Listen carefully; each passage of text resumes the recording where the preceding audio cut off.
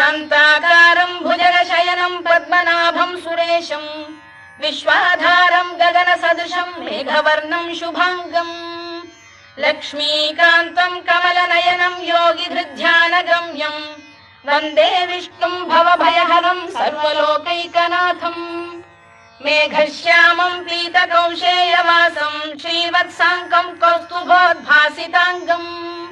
पुण्योपेतं पुण्डरीकायताक्षं विष्णुं वन्दे सर्वलोकैकनाथं नमः समस्तभूतानामादिभूताय भूभृते अनेकरूपरूपाय विष्णवे प्रभविष्णवे